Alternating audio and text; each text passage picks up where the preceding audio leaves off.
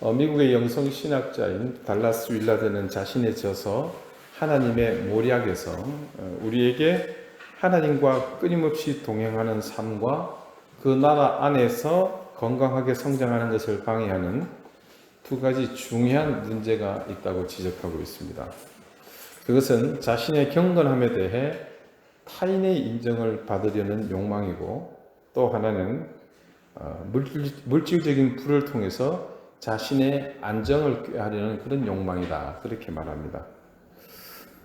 그 책 내용 가운데 명예의 덫이라고 제목을 붙인 그 글의 서두에 이 달라스 윌라드는 아주 이런 재미난 말을 하고 있습니다.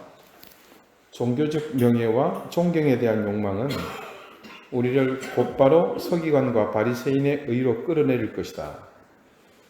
그 욕망은 언제나 행동의 근원인 마음이 아니라 보여지는 행동에 전적으로 초점을 두고 있기 때문이다. 어떻습니까? 여러분도 충분히 공감하시는 그런 내용이죠. 우리 주님께서는 서기관과 바리새인들에게 대해 이렇게 지적하신 바가 있습니다. 마태복음 23장 5절에서 7절까지 말씀입니다. 그들의 모든 행위를 사람에게 보이고자 하나니 곧 그 경문 띠를 넓게 하며 옷수를 길게 하고 잔치의 윗자리와 회당의 높은 자리와 시장에서 문안받는 것과 사람에게 랍비라 칭함을 받는 것을 좋아하느니라. 인간들의 삶에서와 우리 신앙의 삶에서도 마찬가지로 감투 또 공적 보상에 대한 욕망은 정말로 놀랄 정도입니다. 자기 과시와 선전, 이게 일상사가 되다시피 한 자격증 부풀리기, 또 경력 부풀리기, 그리고 또 그런 자존감 문화의 한 부분으로 당했을 때는 그 밖에 많은 행태들이 하나님의 임재 안에 있는 우리에게서조차 우리의 위치와 무관하게 그저 삶의 일부가 되어버렸습니다. 주님께서는 우리가 사람에게 보이려고 선행하는 것을 잘못이라고 말씀하셨습니다. 선행이 알려지는 것 자체는 전혀 문제가 되지 않습니다. 그것은 극히 자연스러운 현상입니다. 그러나 선이라는 그 자체를 떠나서 의도와 목적에 의해서 행해진다면 그건 다른 문제입니다. 주님께서 이같이 말씀하셨습니다. 마태복음 6장 1절의 말씀인데요. 사람에게 보이려고 그들 앞에서 너희 의를 행치 않도록 주의하라. 그렇지 않으면 하늘에 계신 너희 아버지께 상을 얻지 못하느니라. 자, 이 말씀이 의미하는 바는 그렇습니다. 선행을 하다가 사람들의 눈에 띈 것이 문제가 아니라 사람들 눈에 띄려고 선행을 하는 것이 문제다. 선행을 그 자체 때문에 하지 않고 인정받기 위해 하거나 다른 사람에게 그렇게 시킬 때마다 그것은 우리의 삶에서 하나님의 역할을 탈취하는 것이다. 이 달라스 윌라드 목사님은 그렇게 얘기를 하십니다. 또한 우리의 의도는 선행을 통해 바라고 기대하는 것으로 알 수 있습니다. 인간에게 보이려고 선행을 한다면 그것은 우리가 바라는 것이 인간에게서 나오는 것이기 때문입니다. 하나님은 우리의 기대에 부응해서 반응하시죠. 인간의 인정과 칭찬을 바라며 그것을 목표로 선행을 한다면 그때 하나님은 정중하게 옆으로 비껴주십니다. 우리가 바라는 바가 하나님과 상관없기 때문입니다. 여러분에게 이런 하나님의 반응이 낯설거나 어색할 수 있습니다. 그러나 여러분이 하나님과 동행하는 것을 바라고 또한 그렇게 되기를 원한다면 이런 것에 아주 익숙해지셔야 합니다. 이런 반응은 하나님의 인격적 성품과 그분과의 관계의 본질에 그대로 부합하는 것이기 때문입니다. 하나님은 우리가 원하지 않을 때는 임재를 꺼리십니다. 그분은 우리가 당신을 원하는 때와 원하지 않는 때를 너무나 잘 아시기 때문이죠. 그것과 비슷하게 사람들이 진정 인간의 반응을 구할 때는 그분은 일반적으로 말해서 그 자리에 끼어들지 않으십니다. 여러분의 목표가 자신의 경건함으로 인간들에게 좋은 인상을 주는 데 있다면 그분은 기꺼이 허용하시고 곁으로 비켜서십니다. 그러나 우리가 하나님 앞에서만 산다면 그분은 우리의 기대에 한없이 반응해 주십니다. 이때 이 기대는 오로지 그분 자신만을 향한 기대일 때이죠. 이 시대를 대표하는 기독교 변증가 중에 오스기니스라는 분이 계십니다. 아주 대단한 집안입니다. 이분의 증조부가 여러분 잘 아시는 허더스 테일러와 동시대에 동역하시던 분이었고, 이분은 1941년 그 당시 의료 선교사로 중국에 와 계셨던 아버지에 의해서 그 선교지인 중국 땅에서 태어나신 분입니다. 그분이 자신의 저서인 소명이라는 책에서 미국 역사 속의 청교도들에 대해서 이런 말씀을 하셨습니다. 그들은 오직 한 분의 청중 앞에 선 사람처럼 살았다. 굉장한 삶의 무게감이 느껴지는 표현입니다. 좀 개인적인 얘기를 하는 것을 양해 바랍니다. 후대에 제가 이 세상을 떠난 다음에 저를 평가할 때 누군가 그렇게 해주셨다면 아마 저는 천국에서 그것을 최고의 영광으로 생각할 겁니다. 자, 누군가 오직 한 사람의 청중을 위해서 연주를 하거나 연기를 하거나 혹은 강연을 한다는 것을 상상해 보십시오. 매주 설교를 준비하는 저희의 처지에서 생각해 보니까 그것은 참 낯설 수 있지만 환영할 만한 일이라는 생각이 들었습니다. 이곳으로 오기 전 저 상천리 소재한 방주교회에서 말씀을 준비할 때 저를 힘들게 한 중요한 요인을 꼽자면 다른 무엇보다도 제가 설교를 해야 할 그 대상이 불특정 다수였다는 겁니다. 물론 지금도 쉬운 것은 아닙니다만은 불특정 다수를 위해 말씀을 준비하는 것은 설교자가 속한 교회 공동체 구성원과의 주관적 관계나 그 주관적 상황을 최대한 배제하고 그 공동체를 벗어난 가급적 객관성을 띠려고 하는 그런 주제가 되어야 한다는 게 늘 부담이었습니다. 그런 면에서 이 교회에서의 예배는 어쩌면 조금 더 우리에게는 주관적일 수 있지만 막연함을 벗어버릴 수 있고, 그래서 하나님을 향해 조금 더 진심 어린 호소와 고백이 가능한다는 데에서 저는 참 좋습니다. 미국에 기초를 놓았던 그 청교도들이 하나님 단 한 분의 청중 앞에 선 그런 사람처럼 살았다는 것은 자신의 모든 여건과 환경에서 하나님의 의견만이 다른 어떤 것보다도 중요한 것처럼 그렇게 인생을 살았다라고 볼 수 있습니다. 그런데 이런 삶을 잘 대변해주는 사도 바울의 교훈을 우리는 알고 있습니다. 바울은 매사에 마음을 다하여 죽게 하듯 하고 사람에게 하듯 하지 말라고 권고하지 않았습니까? 그리고 그 이유에 대해 바울은 유업의 상을 주께 받을 줄 알미니 너희는 주 그리스도를 섬기느니라 라고 우리의 모든 행위가 지향해야 할 방향을 제시해 주었습니다. 그래서 이제 우리가 관심을 가져야 할 삶의 자세, 즉 하나님 한 분만이 청중으로 앉아 계신 객석을 향해 우리가 살아야 할 인생의 무대에서 어떻게 연기하며 무엇을 연주해야 할지, 연극이라면 청중, 그분을 위한, 그분에게 특화된 그 대본을 한번 볼 수 있기를 바랍니다. 연주할 것이 있다면 그 청중이신 그분이 듣기 좋아하시는 악기와 공명, 여러분 그 악보를 한번 찾아볼 수 있기 바랍니다. 하나님의 아들이신 우리 주님은 그 청중을 객석으로 인도하시는 분이십니다. 그래서 누구보다도 그 청중에 대해서 잘 아시죠. 때로는 주님께서 직접 그 회중석에 객석에 앉은 청중으로 계시기도 하시니까요. 그래서 그 연기와 연주에 대한 매뉴얼을 우리에게 이렇게 소개하십니다. 그 매뉴얼은 우리도 잘 알고 있는 대본입니다. 그것은 가난한 사람을 돕는 구제와 기도하는 것과 금식에 대한 매뉴얼이었습니다. 첫 번째, 가난한 이들을 구제하는 그 자선에 대해서 주님은 이렇게 말씀하십니다. 마태복음 6장 2절이 이렇게 증거합니다. 그러므로 구제할 때에 외식하는 자가 사람에게서 영광을 받으려고 회당과 거리에서 하는 것 같이 너희 앞에 나팔을 불지 말라. 자, 이 2절 말씀의 전반부에는 조금 앞서 말씀드린 하나님의 역할을 배제한 행위를 주님은 여기서 이렇게 말씀을 하고 계십니다. 그리고 그 말씀의 후미에 덧붙여 이렇게 말씀하십니다. 진실로 너희에게 이르노니 그들은 이미 자기 상을 받았느니라. 그 사람은 이미 자기가 원하는 것을 얻었습니다. 그렇게 구제함으로 사람들이 자신의 선행을 알아주기를 원했습니다. 그리고 사람들은 그의 의도대로 알아주었습니다. 아, 그 사람 선행을 하고 있구나. 자, 그 결과 그 선행을 한 사람의 자아는 마음껏 부풀어 올랐습니다. 대신 그의 영혼은 오그라듭니다. 이 말씀 속에 있는 외식하는 자는 신약 성경을 통틀어서 오직 주님만 사용하시던 그런 특별한 표현이었습니다. 헬라 원문에 이 외식하는 자를 히포크리테라는 말을 사용하는데요.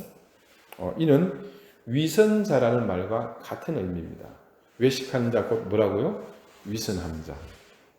근데 정말 재미있는 것은 이 말이 원래 사용되었던 말의 출처가 바로 연극 무대였다는 것입니다. 그 무대에 선 배우를 히포크리테 이렇게 불렀습니다. 예, 여러분, 배우가 연기하는 것이 전부 다 진실이 아니고 뭡니까? 거짓이죠. 위장이죠. 그런 의미로 쓰인 말이었는데, 그래서 점차 위장을 하는 모든 사람을 지칭하는 말로 그것이 언어가 발전이 된 것입니다. 이 단어와 그에 상응하는 인간 특성을 그 당시 서구 세계의 도덕 용어로 끌어들인 분은 오직 예수님 한 분뿐이셨다. 여러분, 그것을 우리가 이 성경 원문 속에서 알 수가 있습니다. 하나님 앞에서 우리 마음속 내면의 도덕적 중요성을 누구보다도 우리 주님께서는 강조하시기 위함이었던 것이죠. 여러분, 우리 인간은 다분히 창조적 존재입니다. 그렇기 때문에 우리의 마음이야말로 진정한 우리의 실상이라고 할 수 있겠죠. 그래서 예수님은 세상을 향한 우리의 얼굴과 하나님 앞에서의 우리의 인격을 거듭 명백하게 이렇게 구분하셨던 겁니다. 우리 예수님은 태어나면서부터 유대 전통 사이에 한가운데 오랜 종교적 전통 가운데 계셨습니다. 어쩌면 주님께서 이 히포크리테라는 외식하는 자라는 독특한 용어를 사용하신 것은 그 당시에 헬라의 문화가 남아 있었고 또 로마의 지배하에 있으면서 많은 극장들이 세워지고 야외 무대가 있었습니다.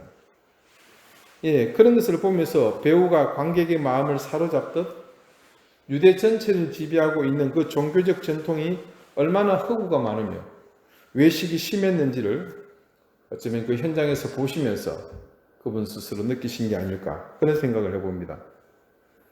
그래서 주님은 자신이 직접 겪으신 그 상황에서 경험하신 것을 두고서 가장 임팩트 있는 이 용어를 선택하신 것이 아닐까 싶습니다.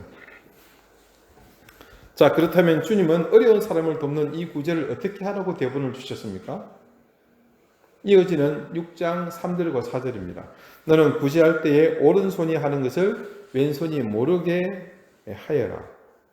그리하여 너희 구제함을 은밀하게 하라 입니다. 자, 오른손이 하는 일을 왼손이 모르게 해라. 여러분, 이게 실제로 가능하다고 생각하십니까? 자, 오른손 일을 하는데 왼손에게 뭐라고 말을 합니까? 지금 오른손이 하는 일은 왼손 너는 모르게 해라. 물리적으로 불가능합니다. 사실 이 말은 그 자체가 모순이죠. 모르게 하라고 얘기할 때 입이 뭡니까? 머릿속에서는 그 사실을 인지하고 있잖아요. 왼손 모르게 하려는 의도를 가지는 순간 이미 의식하고 있는 겁니다. 자, 우리 주님은 행동을 넘어서 항상 그 행동의 근원을 지적하고 계심을 우리가 기억하면 됩니다. 주님이 이 모든 말씀을 그 행위가 드러나고 진행되는 것에 우선하여 그것이 실제로 생겨나게 된 근원에 대해서 말씀하시잖아요. 그분은 늘 우리의 중심을 보시거든요.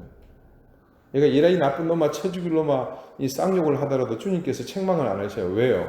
제 속에는 그런 욕을 해야 할 만한 그런 상황이 있다는 것을 그분이 아시기 때문에. 비유가 굉장히 어설프죠. 원고에는 없습니다. 자, 구제와 같은 선행이 그 성품에서 자연스럽게 흘러나올 정도로 날마다 하나님과의 동행을 통해 온전히 변화된 사람이라면 이당 오른손이 하는 일을 왼손이 모르게 되어 있습니다. 네, 습관적으로 하기 때문에 의식 못하는 겁니다. 예컨대 여러분이 식사할 때 내가 손으로 수저를 들고서 이제 밥을 먼저 뜨고 입으로 가져가야지 생각하면서 드십니까? 예, 이게 정확하게 각도가 잘 맞아야 입으로 들어가지, 안 그러면 눈으로 갈 수도 있으니까 이걸 맞춰야지. 아닙니다. 운전할 때도 그렇습니다. 예, 이제 요즘은 차가 좋으니까 버튼 시동을 눌러야지. 그러면 시동이 걸리겠지. 시동이 걸렸네. 그러면 이제 기어를 파킹해서 드라이브로 놓고 슬슬 자동차 살피면서 가야지. 여러분 이렇게 생각하면서 운전하십니까? 전혀 생각하지 않지만 몸이 자연스럽게 움직입니다. 내가 의식을 하는 것조차 모르게 그냥 자연스럽게 일상처럼 진행되고 맙니다. 주님께서 말씀하시는 왼손이 모르게 하라는 것은 이와 같습니다. 그래서 너무나 자연스러운 일이며 아예 이것은 오토모빌라이제이션, 자동화 되어 있습니다. 그럴 때가 많죠. 그런 정도가 되면 이미 그 사람의 내면은 온통 그런 존재가 되어 있다고 봐야 할 것입니다. 다른 사람을 위한 선행에 굳이 많은 생각을 거칠 필요가 없는 사람들, 보는 사람이 있든지 말든지 이런 사람들의 행위는 그래서 은밀하죠. 진정 하나님을 바라보며 하나님 앞에서 살아가는 그들에게 하나님은 응답해 주십니다. 은밀한 중에 보시는 너희 아버지께서 갚으시리라. 남의 시선과 상관없이 베풀며 자신조차도 특별한 일이나 거창한 일로 생각하지 않고 하나님의 선행에 창조적으로 동참하는 것입니다. 두 번째 대본, 이 매뉴얼은 기도입니다. 우리가 아는 것처럼 외식하는 사람들은, 이 히포크리트는 위선자라는 본래의 뜻에 아주 충실하게 겉보기는 실상 주변 사람들의 눈에 하나님 앞에 경건한 사람처럼 보이게 잘합니다. 그들의 목적은 주변 사람들에게 좋은 인상을 심는 것이 있습니다. 그래서 말씀에서 지적하는 것처럼 그들은 사람에게 보이려고 회당과 큰 거리 어귀에 서서 기도하기를 좋아하느니라 라고 하십니다. 우리의 문화에서는 좀 이해가 안 되죠. 우리가 만약 이렇게 하면 저는 미친놈 아니야 그러겠죠. 그러나 모두가 하나님을 섬기는 그 유대 사회에서는 기도하는 그 자체는 항상 구별된 행동이었습니다. 물론 이렇게 기도하는 사람이 하나님 역시 좋게 봐주시리라는 생각을 할 수도 있습니다. 기도니까요. 그러나 그것은 그 사람에게는 별로 중요하지 않습니다. 중요한 것은 하나님이 아니라 지금 사람들이 내가 기도하는 것을 봐야 한다는 데 있죠. 그렇게 해서 그 사람은 자신의 뜻을 이룹니다.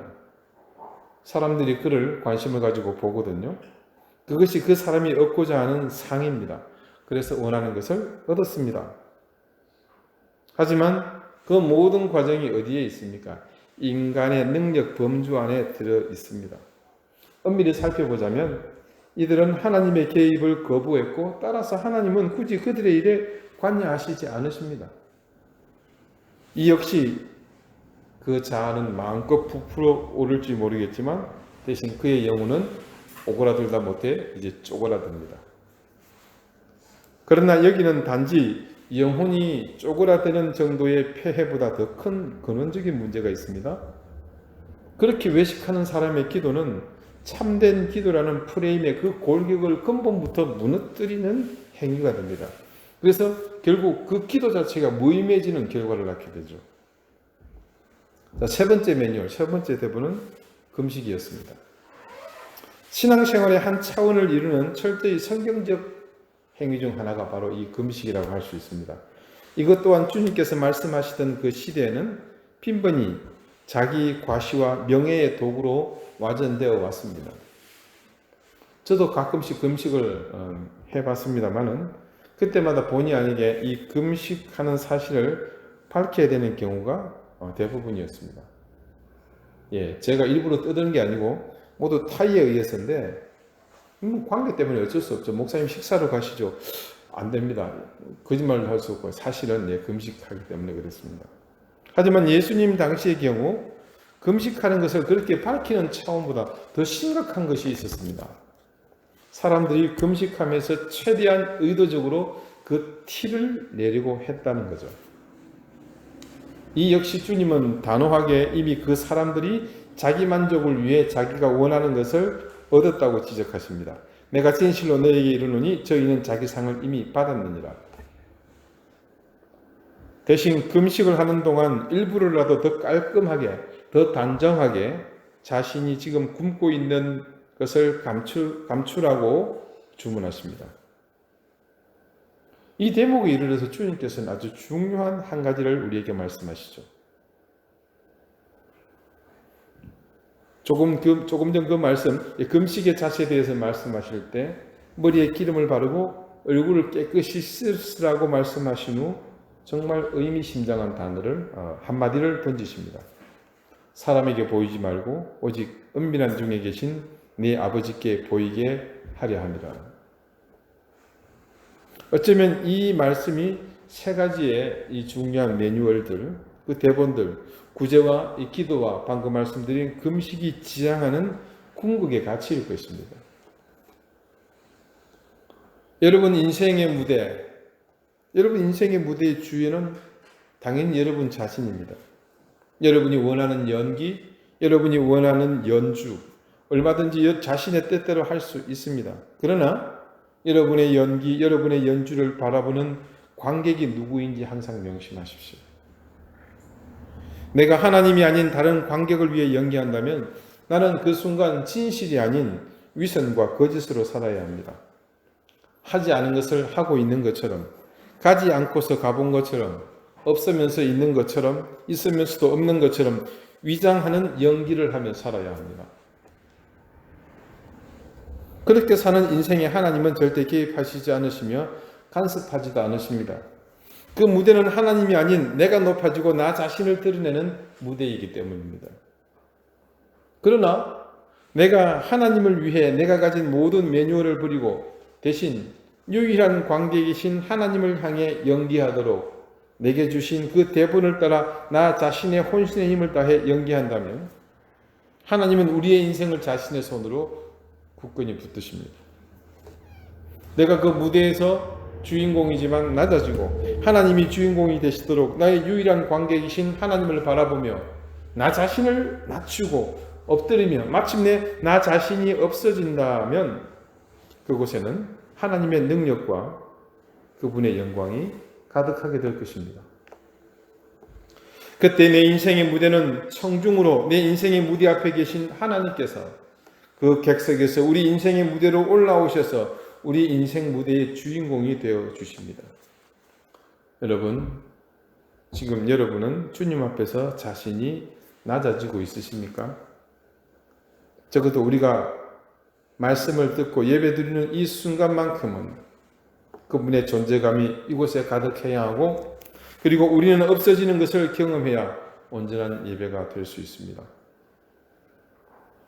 여러분은 지금껏 예배를 드리시면서 얼마나 내 자신이 없어지는 경험을 해보셨습니까? 저는 어젯밤 이곳에서 설교 준비가 다 마무리되지 않고 다시 집으로 돌아가서 뒷부분을 준비를 하는데 그 순간 제가 스스로도 인지하지 못하고 있던 아주 완벽히 잘못된 한 가지 생각에 대해서 큰 깨달음을 얻었습니다. 그리고 한없이 수치스럽고 부끄러웠습니다. 당연히 하나님께 회개했죠.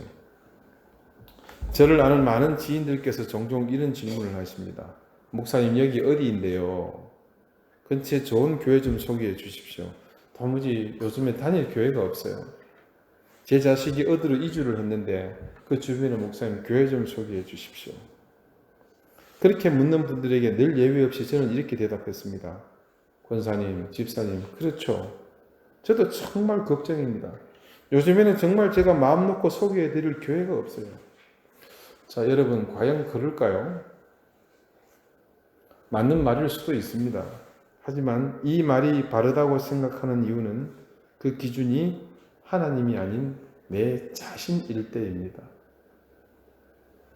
제가 단언컨대 어느 시대를 막론하고 사람들이 정말로 만족하고 여기다 싶은 교회는 없었습니다.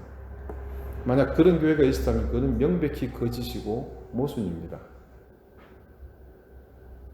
왜 그랬습니까? 죄인인 인간들의 모임이 과연 얼마나 선할 수 있겠습니까? 우리는 바로 이 점을 늘 망각하고 있습니다. 그래서 교회는 무조건 선하고 아름답고 은혜로운 곳이라고 단정 지어버렸습니다. 그렇기 때문에 그런 기준에서 보면 이 땅에 지금 우리가 출석할 수 있는 교회는 없습니다.